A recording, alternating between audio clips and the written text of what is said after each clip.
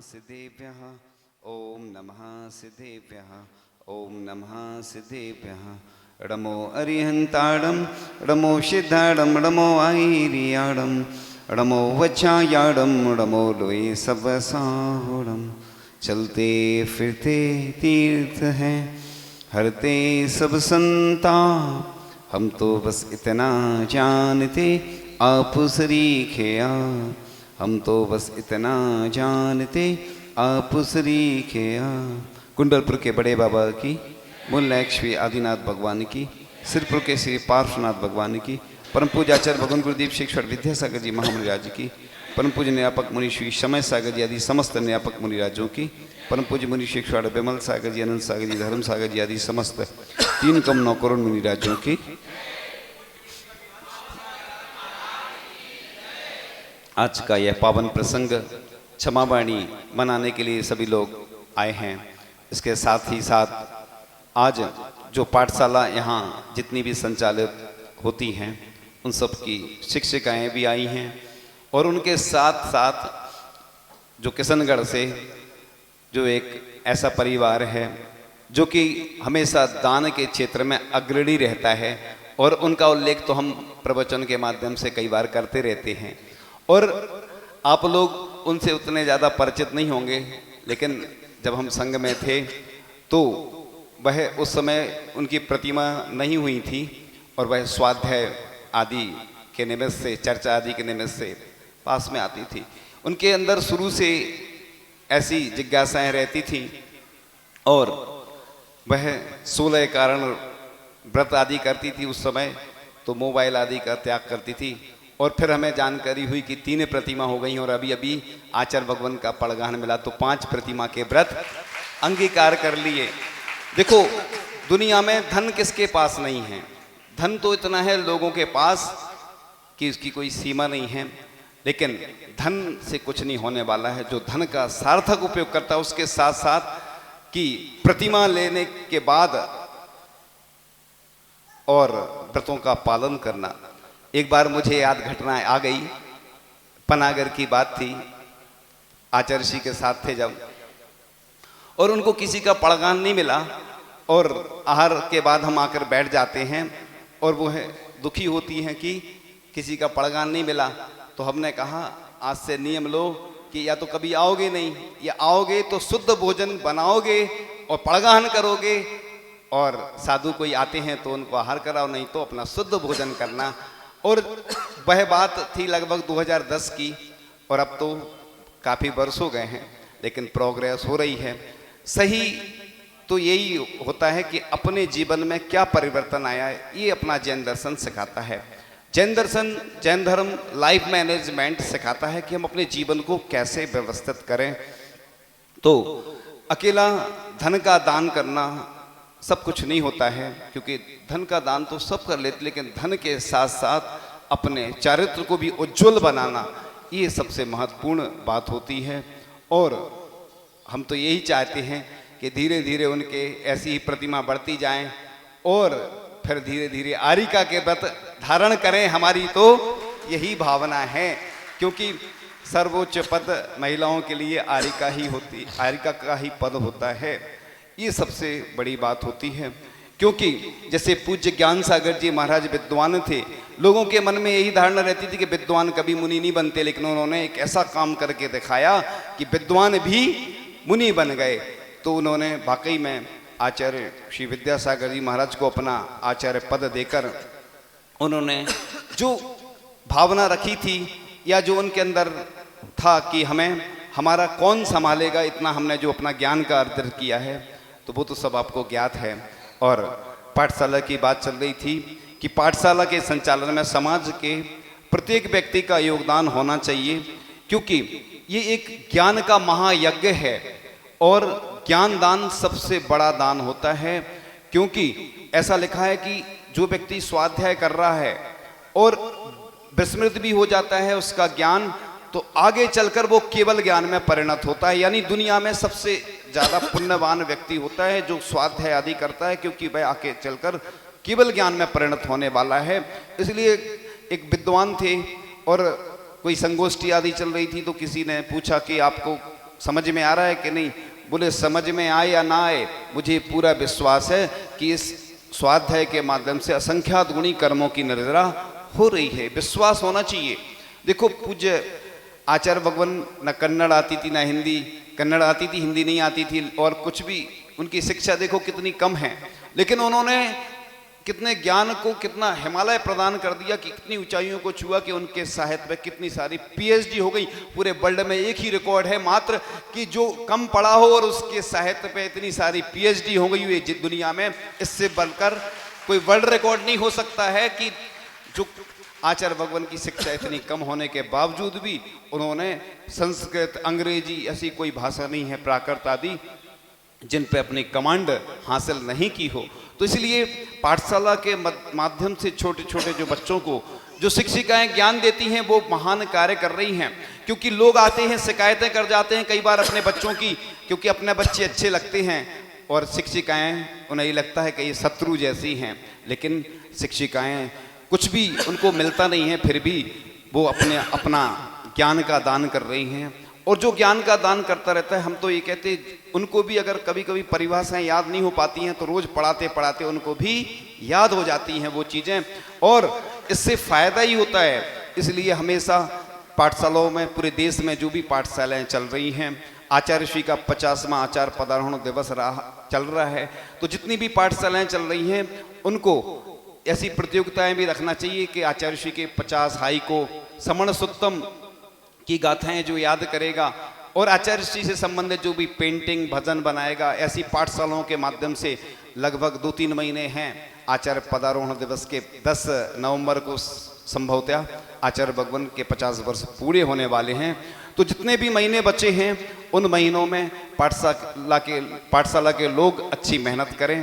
प्रतियोगिताओं के माध्यम से बच्चे भी जुड़ते हैं, बड़े भी जुड़ते हैं, और उन माध्यम से उनको ज्ञान का दान तो अब दे ही रहे हैं। इसके साथ साथ जो भी शिक्षिकाएं हैं, जहाँ जहाँ की जो कमेटियाँ हैं, उन कमेटियों को भी उन शिक्षिकाओं का सम्मान करना चाहिए। ये उनका सम्मान नहीं है, उस ज्ञान का सम्मान है। जिस प्रकार से हम सिर पर रखते हैं जिनवाणी, क्योंकि जिनवाणी देव शास्त्र गुरु, पहले देव आते हैं फिर शास्त्र का क्रम आता है, फिर गुरु का आता है, हम बहुमान देते हैं। ऐसे ही वह वर्ष भर मेहनत करती हैं तो उनका सम्मान अवश्य होना चाहिए, क्योंकि सम्मान से ही बहुमान होता है। तो इस प्रकार से पाठशाला के जो बच्चे हैं उनको हाईटेक तरीके से पढ़ाना चाहिए, क्योंकि अपन पुराने पैटर्न से पढ़ाते रहेंगे, बच्चे आजकल के वो पुराने हिसाब के तो है नहीं, उनका मन नहीं लगता है, तो अधिकांश पाठशालाएं बंद होती चली जाती हैं। जब कोई साधु संत आते हैं तो फिर से एनर्जी देना पड़ती, ऑक्सीजन देना पड़ती है। इसी प्रकार से लोग भी इतना दान नहीं देते। हम देखते हैं कि पाठशाला का बस कलश जो स्थापित हो जाता है उसी के माध्यम से जो आ जाए, जब उनसे कहा जाता कि महीने में इतना देना है तो नहीं देते। कई जगह रविवार के रविवार बच्चों को स्वल्पाहार की भी व्यवस्था दी जाती है।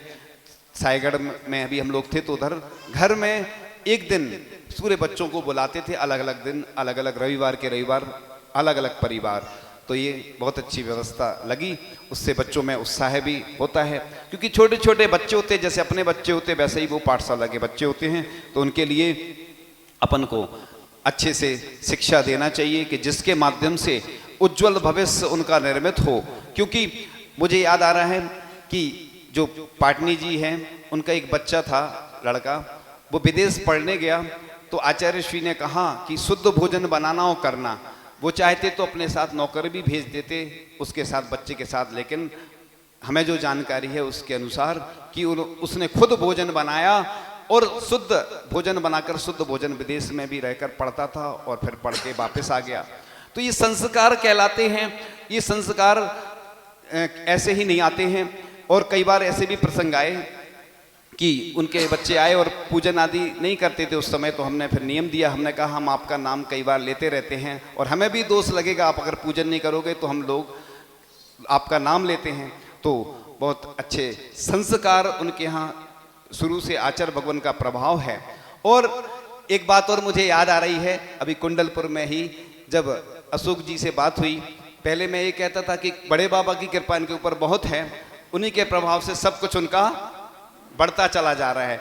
फिर ज्ञात हुआ, उन्होंने कहा मैंने आचार्य श्री ज्ञान सागर जी महाराज की जब समाधि स्थल बन रहा था, मैंने कितना दान दिया था, 2000 रुपये दान दिया था और आज उनके अंदर कितनी शक्ति आ गई कि पूरे दुनिया में सर्वाधिक दान देने वाले जो पंक्ति है उसमें उनका ही नाम आता है। तो आप लोग भी तन मन धन से जुड़ें, जम सकई तमकीरी, जो कर सकते हैं वो करें, जो नहीं कर सकते उसकी भावना करें। अपने पास कुछ नहीं है तो कोई बात नहीं, भावना तो करें, तन से दें, मन से दें, सहयोग करें।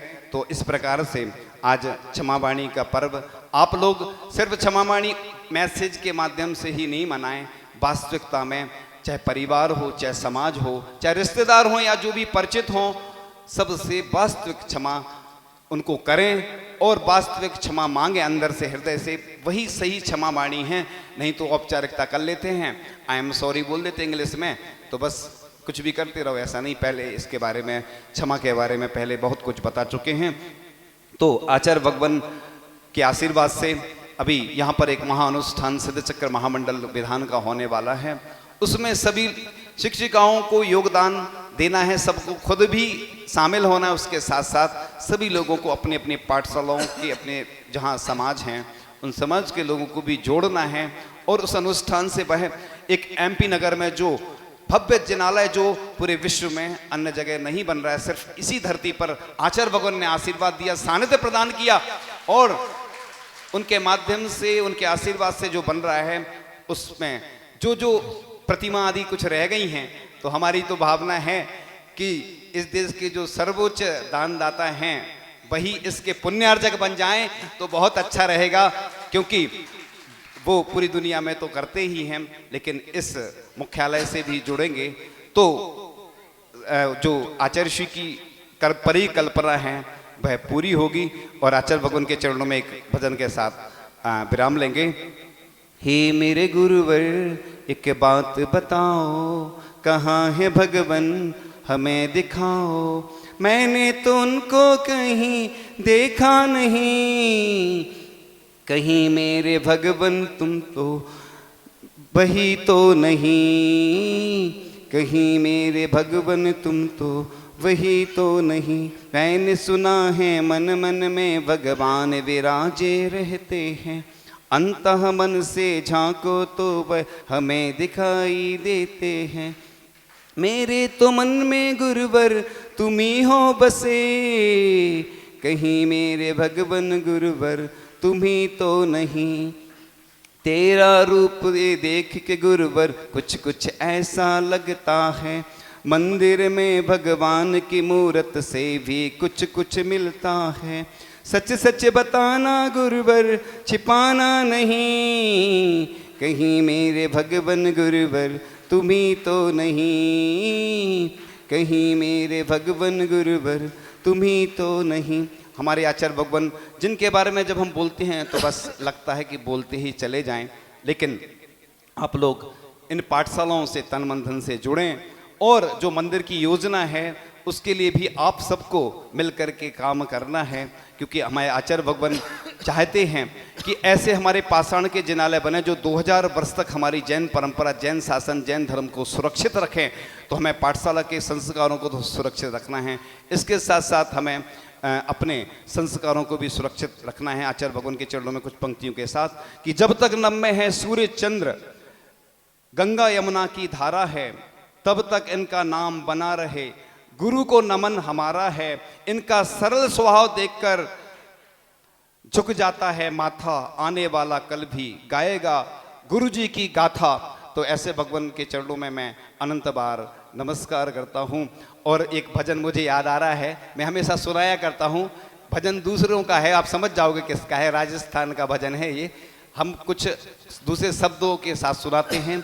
आज रात सपने में मैंने आदिनाथ जी देखा, अजितनाथ जी थे नहीं देखा, एक कहीं हो गयो रे हिचकी आवे प्रभु जी था कि याद सतावे रे हिचकी आवे। आज रात सपने में मैंने आचार्य श्री जी देखा, समय सागर जी थे नहीं देखा, एक कहीं हो गयो रे हिचकी आवे गुरु जी था कि याद सतावे रे हिचकी आवे। आज रात सपने में मैंने योग सागर जी देखा, सुधा सागर जी थे नहीं देखा, एक कहीं हो गयो रे हिचकी आवे। हिचकी आवे गुरु जी था की याद सतावे रे, हिचकी आवे आज रात सपने में मैंने प्रमाण सागर जी देखा, बिमल सागर जी थे नहीं देखा, ए कहीं हो गयो रे। हिचकी आवे गुरु जी था की याद सतावे रे, हिचकी आवे आज रात सपने में मैंने अनंत सागर जी देखा, धर्म सागर जी थे नहीं देखा, ए कहीं हो गयो रे। हिचकी आवे प्रभु जी गुरु जी था की याद सतावे रे, हिचकी आवे। तो ये भजन हमारा नहीं, आप समझ गए हो किसका है। तो कई बार सुना है इन्हीं पंक्तियों के साथ कि आचार्य भगवान आपकी कृपा सब के ऊपर बनी रहे, और हम भी सबसे क्षमा चाहते हैं। ओम नमः, सबसे क्षमा, सबको क्षमा, सुखी रहें सभी आत्मा। मुनिराजों से भी क्षमा मांगते हैं कि जो भी हमारे द्वारा किसी को भी मन वचन काय से कृत कार्य अनुमोदन से किसी भी कोई भी त्रुटि हुई हो, उस सब के लिए हम क्षमा प्रार्थी हैं इन्हीं भावनाओं के साथ कि आगामी जो भी आयोजन हैं सब लोग उनमें तन मन धन से जुड़े। इन्हीं भावनाओं के साथ परम पूजाचार्य भगवान गुरुदेव शिक्षवर विद्यासागर जी महामुनिराज की जय। आप अंबर हैं हम सितारे हैं, आप अंबर हैं हम सितारे हैं, आप समंदर हैं हम